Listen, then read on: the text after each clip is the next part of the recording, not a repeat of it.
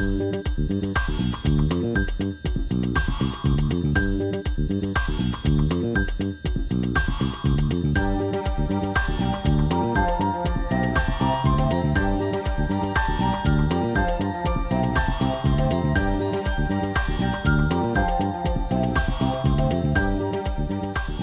to this week's episode.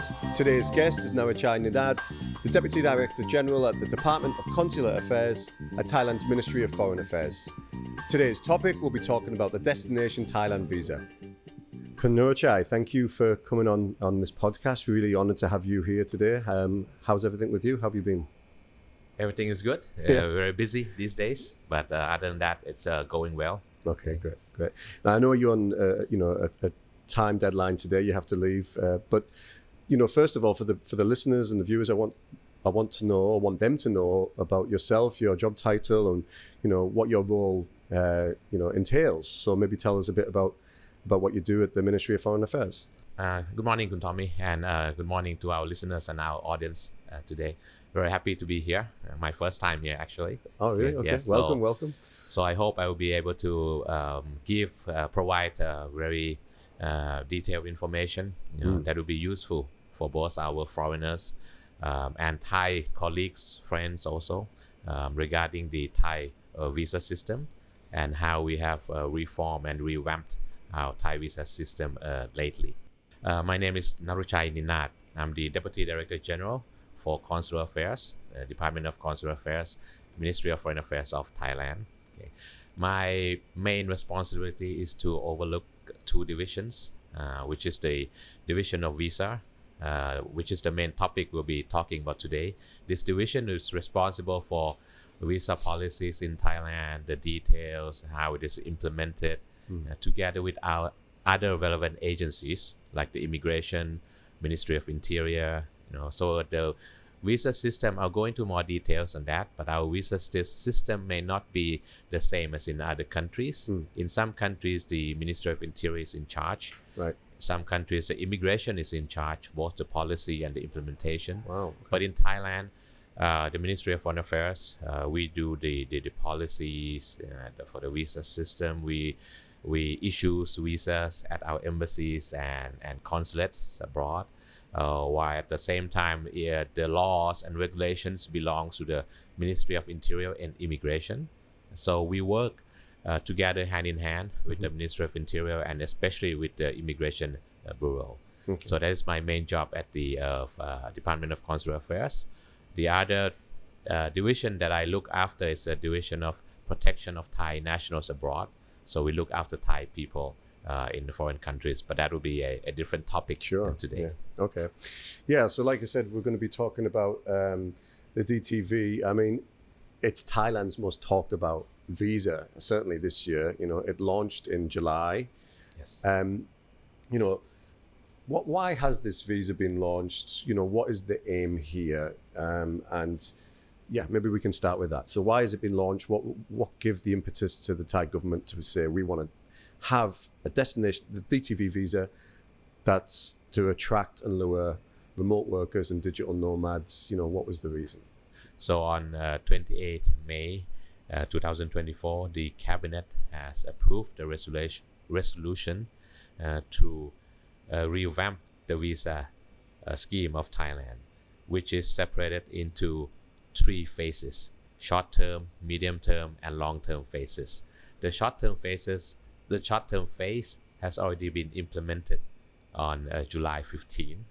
Let me just give some of the highlights of that short-term phase. Yeah, please do. Number one is the visa-free or visa exemption scheme for Thailand, in which we exempted visas for a particular number of countries. We have increased the number of countries to 93 countries and categories. So from 15 July, nationals from these 93 countries and territories, they can come to Thailand for tourism purposes for 60 days.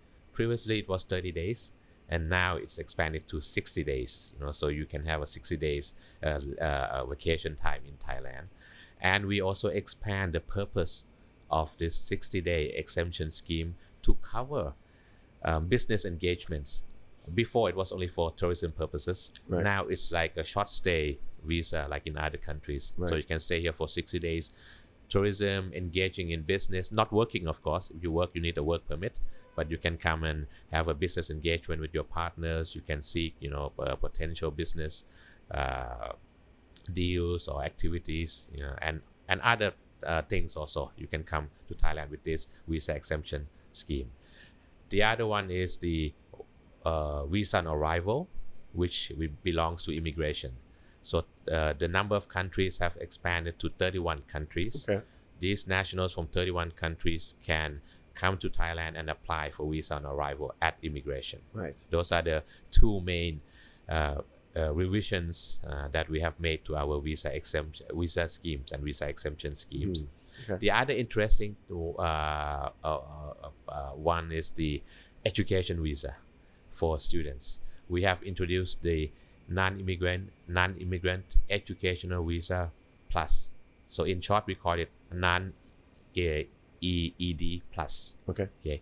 This is to allow students from bachelor's degree level, after they finish the course here, bachelor's degree upwards, they can stay in Thailand for an additional 1 year. Right. Previously, they have to go back to the country. Okay. Now we let them have a 1 year time period. They can find jobs. You can do anything they want for 1 year. If they can find a job, they can then seek for a business a visa permit to work here in Thailand. Okay. Right. So this is another interesting visa that we have introduced. Mm-hmm. Finally, there is the DTV or Destination Thailand Visa, which we'll be talking about a lot about today. And there's a lot of it. Before the visa was introduced, as you know, Khun Tommy, there has been a lot of speculations. People are asking or wondering, what type of visa this is, what it would allow, what requirements would there be. A lot of speculations. But now, as the visa has been implemented since 15 July, then now more and more people are aware of what kind of visa this is, what are the requirements. But still, there might be a bit confusion. There might be some questions because it has just been recently introduced just for 4 months. The main purpose, we come back, why did we have the DTV visa introduced? This is the policy of the government. We still do not have this type or this category of visa, which will cater to freelancers, digital nomads, remote workers. It is not something new in the world. No. You can see it in other countries also. But just in Thailand, we do not have that particular visa for these people yet. At the same time, there are a lot of digital nomads, freelancers, remote workers in Thailand in the past. So this is a very good initiative for them to have this type of visa. So the purpose is for these groups and to facilitate their stay here in Thailand also. But this visa is not just only for digital nomads, freelancers. The government, through the Ministry of Foreign Affairs, we have proposed another incentive also for this visa, which is to promote or support Thai soft power. So for those seeking to engage in Thai soft power activities in Thailand, for example, Muay Thai, Thai cooking course, or even for medical checkup purposes, you can apply for the DTV visas also. Okay. So to summarize, the first group is for freelancers, digital nomads, remote workers. Second groups are for those who would like to take up activities relating to Thai soft powers. The third group are the spouses and dependents of the DTV holder in category 1 and 2 that I mentioned. So these are the 3 categories of people that are entitled for this DTV visa. Okay. Is that applicable for people who want to do the soft power activities? Is it available 5 years, or does it depend on what soft power they're doing? Can you clear that up? I know it's a bit confusing because there's been many questions about it. Yes, this is a very common question, Khun Tommy, from our applicants through our embassies and consulates. Will everybody who gets a DTV visa, will they be entitled to the 5-year stay?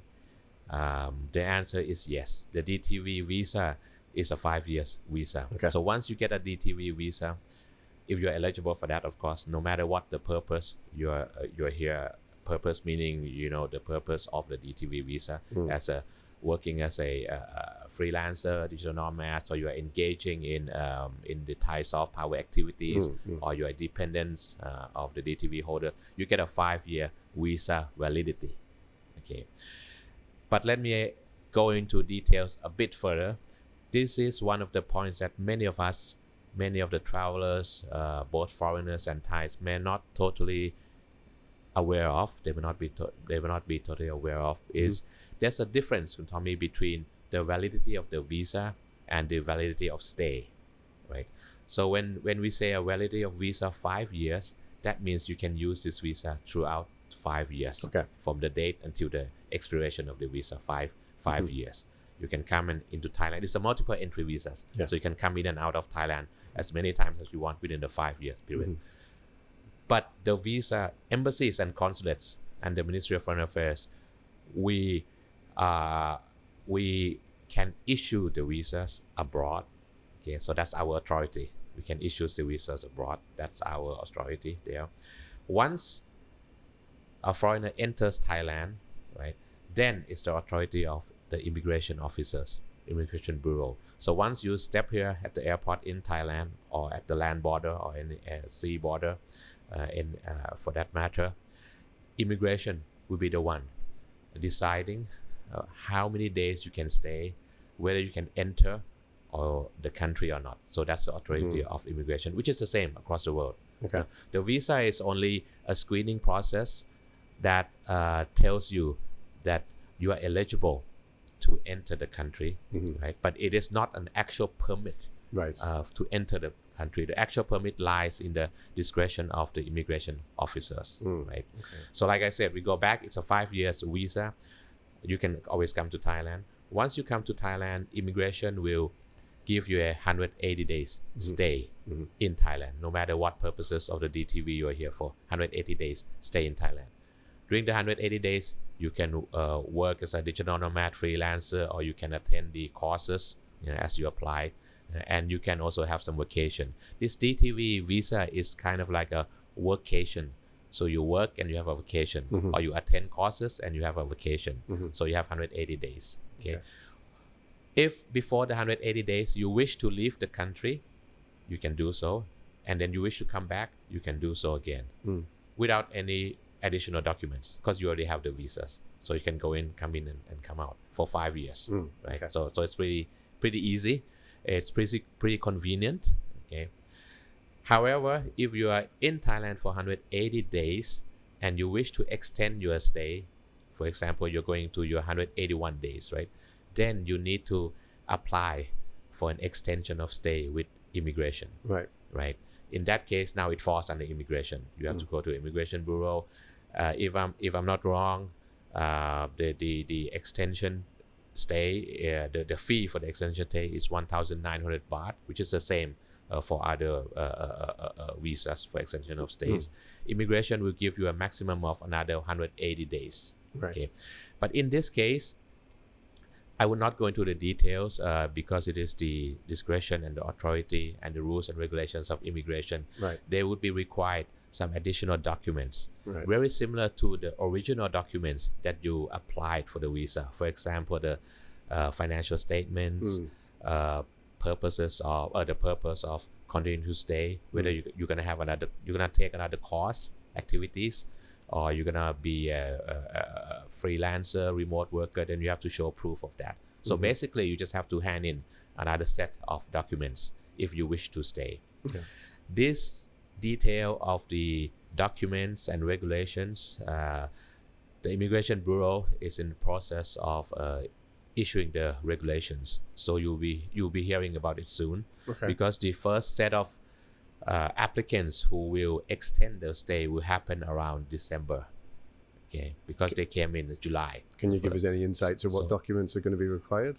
Just like I said, it's going to be very similar to the documents that they applied at the beginning. So of course, you need to definitely submit a financial statement supporting your stay here, which is 500,000 for your stay here, because you cannot use the old one. It's been 6 months past. You need to literally have an updated So basically speaking, is an updated document of what you have provided, right? The second thing, if you have attended the course, for example, Muay Thai, you have finished the course, you're gonna stay another 6 months under this purpose, then you have to apply for another course with immigration. So basically, I would not imagine that there will be any more complicated documents, but then again, this is the authority of immigration. So it needs to be an updated version then of your finances. So for example, someone would still need to hold that amount of money in the bank account, which was,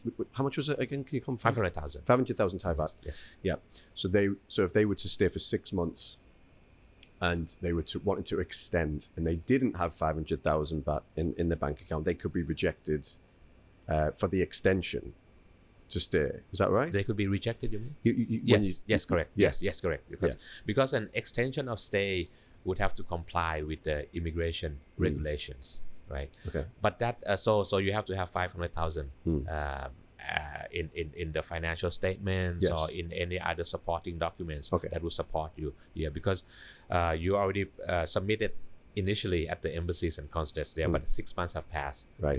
But we do not have a regulation that you need to keep the 500,000 throughout the 6 months. Okay. No, you can just withdraw. You can do anything with that. You just have to submit proof that you have that amount of money when you apply with immigration. So if they didn't extend and they left the country and came back to start another 180 days based on would they still need to show an updated financial statement? No. Okay. Basically if they go out and come in, the visa regulations apply. Okay. So they already submitted to us, so they don't have to submit anything else. So what you said was just about the extension then? Yes, because like I said, when you extend, it will be under immigration law. And even if you don't have sufficient documents or appropriate documents to satisfy the requirements by immigration, it does not mean that your visa is cancelled. Right. Your visa is still there. You just can't continue staying for another 180 days. You have to leave the country and you have to come back in again. But you still get the same period of days. The reason is because if you stay for 180 days and you extend for another 180 days, that's a total of 360 days. That's a lot. Yeah. That's one whole year. Yeah, sure. So in that case, immigration needs to be very particular. It needs to be concerned with the documents that you have just to make sure. And just a final question on that then. So is there a limit to how many times a DTV holder can extend? Or is that just dependent on the immigration's discretion? Yes. There's no number of times you can extend with immigration, but of course you would only extend after you pass 180 days, right? So in practice, in 1 year you would only extend one time, right? Because you can stay 180 days and then you extend another year. So in the 5 years, we say if you use to the maximum of your right to extend, you would be able to extend only 4 or 5 times only maximum. And that's possible though. That's possible. That's possible. That's possible. Yes, that's possible. Just want to ask about when we talk about the freelancers, the digital nomads. We're here at the FCCT. I'm a journalist. There's plenty of journalists in Thailand. One question that I've seen arise is, are freelance journalists allowed and eligible for this DTV visa? Because in some ways a freelance journalist could be categorized as a digital nomad because if they're working predominantly online. Can you clear that up? Yes. The purpose of the DTV, like I earlier said, is for freelancers, remote workers. So if you fall under that category, if the characteristics, the nature of your work is as a freelancer, remote worker, then you can apply for DTV. But then you said, as a journalist, if you're a journalist, if you're like a full-time journalist, under the list of, some, news outlet, in that case, you would have to be a reporter, a full-time reporter, full-time journalist. Then you should apply for the appropriate type of visa, which is the non-M for media type of visa, rather than as a freelancers or remote workers. For freelancers who are not working full-time, they might write, 3 or 4 reports a month. They're working for 3 or 4 different outlets, but they want to stay in Thailand. Okay. None of them outlets can provide them with the documentation. You say, you don't work for us enough. Yes. Okay. So this journalist, for example, wants to work in Thailand. They want to work legally. Is the DTV eligible for them in that case? Yes. It is. They would be categorized under freelancer. Okay. You know, they can work as a journalist. They don't need to have a letter from the outlet. You know, because they're, as long as the other requirement for a DTV visa is that you are not being paid in Thailand. Your employer has to be abroad. Yes, so if you earn your income from an employer in Thailand, then you will not be eligible for DTV visa. In that case, you would have to apply for a business visa and a work permit in that case. Okay, so they're eligible. What about YouTubers? I mean, we live in a world of social media now. A lot of YouTubers and influencers.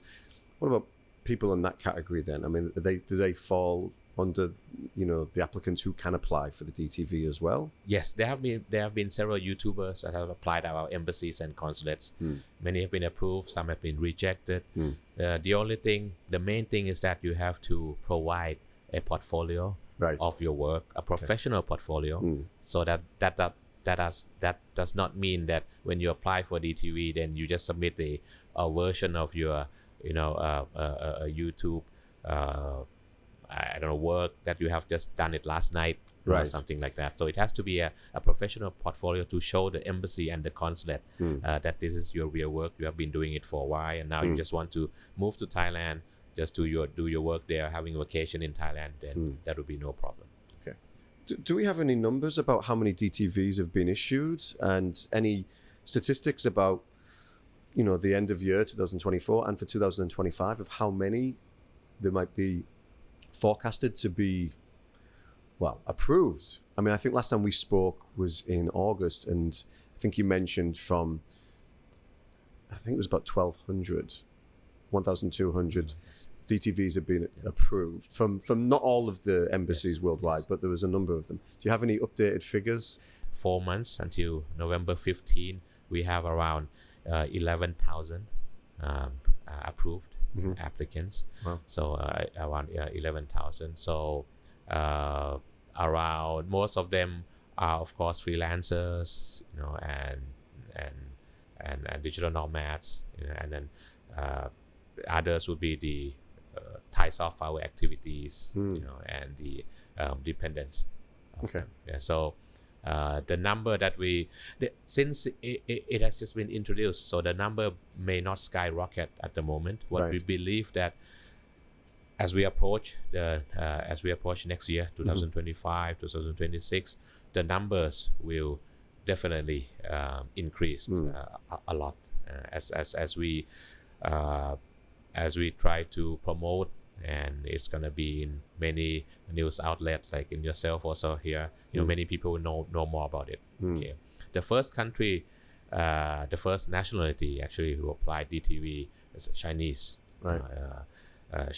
He or she applied at our consulate in Vancouver in Canada. Right. Yeah. The 5 top countries, nationalities that applied for DTV and until today as China, US, the UK,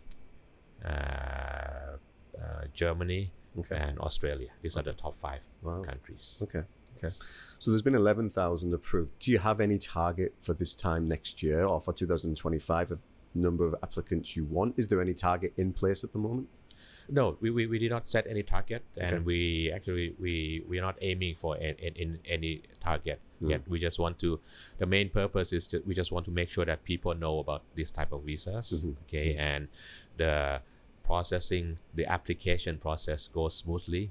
Our embassies and consulates are well aware of how to process these visas, how to approve, whether to approve or to reject this kind of visas.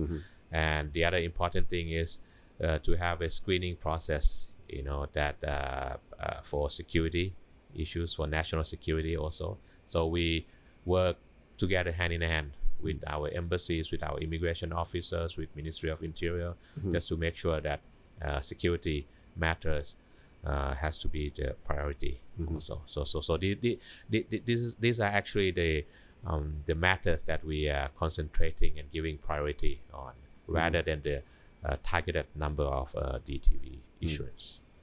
I mean, it certainly seems that compared to other visas in the past, especially, that the DTV is one of the easier ones to apply for certain people, of course. I know I asked you before to say people were saying it's easy, and you were saying, well, no, it's not. It's difficult. How do you answer that then? If people say, well, it's just such an easy visa, you talked about maintaining security on this. Have you had many rejections on this visa where the application has just been not up to standards? Can you give me any figures on that at all? How many people have been rejected for it? Yes. Let me just first clarify that it's not an easy visa. Okay. We do not have any visa that is easy to apply. Or easier? Not even easier. Okay. But our visas, we aim to facilitate the visa application process. We try to make the documents fewer documents, but necessary documents. So if you see in the past required documents for any type of visa, for Thai visa, there's a lot of documents that we required. But in recent years, we have tried to reduce the number of documents which we do not think is necessary anymore. Okay. This is to facilitate, not giving it out as a easy visa, but trying to make the process easier for application, for applying, right? At the same time, we do a lot of tough screening at the embassies and consulates. So the DTV visa has to go through a tough screening process, as with any other kind of visas that the embassy and the consulates process. But of course, you can see that the number of documents may not be that many, because we're trying to have it more ease for applying. Sure. Okay, but you can see that we have 500,000 baht requirement. So that's not easy, because it's not so easy for many freelancers or remote workers, maybe to provide evidence of that amount of fund. Okay. So that's one of the obstacles when they apply at the embassies. Sometimes they do not have that particular that certain amount of money. Okay. The other obstacle that we have seen is that they are not able to provide the embassy and the consulate with reliable materials that we need. So, like I said, professional portfolio of the work you're doing, okay, or even application to attend Muay Thai courses or cooking courses. These courses have to be courses from schools or from institutions that is kind of, we do not have any particular requirements yet of the institution, of the schools, but it cannot be like from a family. For example, I issue a letter to a foreigner or to you, Khun Tommy, that please come to my house, I'm teaching Muay Thai. It cannot be in that sense. So it has to be some kind of a professional schools and training. So those are the things that we have seen in our embassies and consulates, that the reason why they have rejected some of the applications. But I do not have the number of rejections at the moment. One question came to me just about, is it going to be possible in the future where people can apply for this DTV visa whilst in Thailand? Is that going to be an option that might be available in the future, or is it always, because it has to be overseas, right? Does it have to be in a home country or a country? So if a British national, do they have to apply in Britain, or can they apply in Canada or wherever else? I mean, can we clear that up as well? Okay. Number one is most of the visas, including DTV, you have to apply it outside of Thailand. Yeah. Okay. So that's why we call visa, because it's a document that you have to get before coming into the country. Okay. And afterwards, when you extend the stay, it's immigration. You can extend it here. Okay. Number two is you can you do not have to apply at your country of nationality.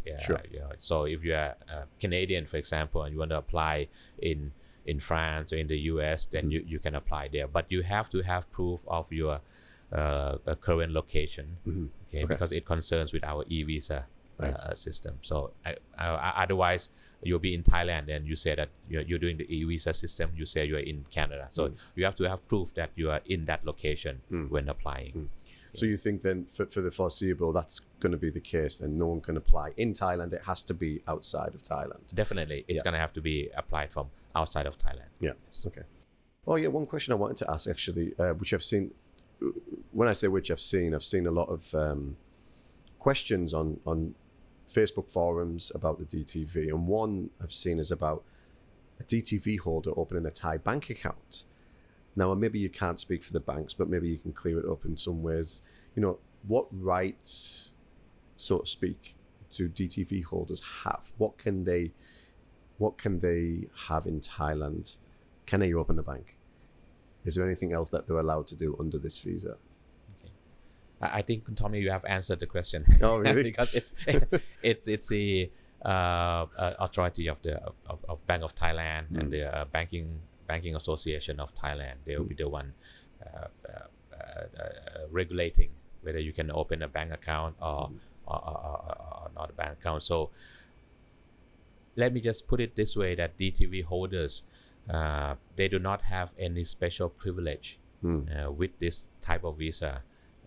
Concerning banking or for another matter concerning tax in Thailand. So they're not entitled to any special privilege in that sense. Some visas belonging to the Board of Investment, BOI, they're entitled to some tax privileges, tax incentives in that sense. But for with DTV visa, you are not entitled to the tax or to the banking. Opening a banking here. But having said that, it doesn't mean that DTV holders are not permitted to open a bank account here. So it depends on other requirements by the Bank of Thailand. If you can show them the requirements that they have in the regulations, then you can open a bank account. Okay. Well, it's good that you brought that point up. I mean, you talk about tax privileges, my words out. Can you answer that about DTV holders? Do we know what tax they must pay here? Can you answer that at all? Do you have any insight? I can just answer that in one simple question, that they have to comply with the tax law and regulation in Thailand. So if they stay over a particular amount of days in Thailand, I wouldn't want to go into the details. If they stay over a particular amount of days in Thailand, and if they have income here in Thailand or money transferred here according to the regulations by the Ministry of Finance, then they are obliged to pay the taxes. Okay. And there's no tax privileges at the moment under this? No, there's no tax privilege for DTV. So they have to pay tax if they're over a certain threshold of days, but there's no privileges? Yes. There'll be DTV holders will be under the same requirements as other foreigners in Thailand. The DTV visa, like I said at the top of the show, it's the most talked about at the moment. I know some have insinuated it's an easier visa. I know you've had your comment on that, but other visas, we talk about elite visas and have retirement visas even. I mean, do you have any information of how they've been affected by the introduction of the DTV visa? I've seen questions of people who are retired who want to, and on retirement visas, they want to change to the DTV visa.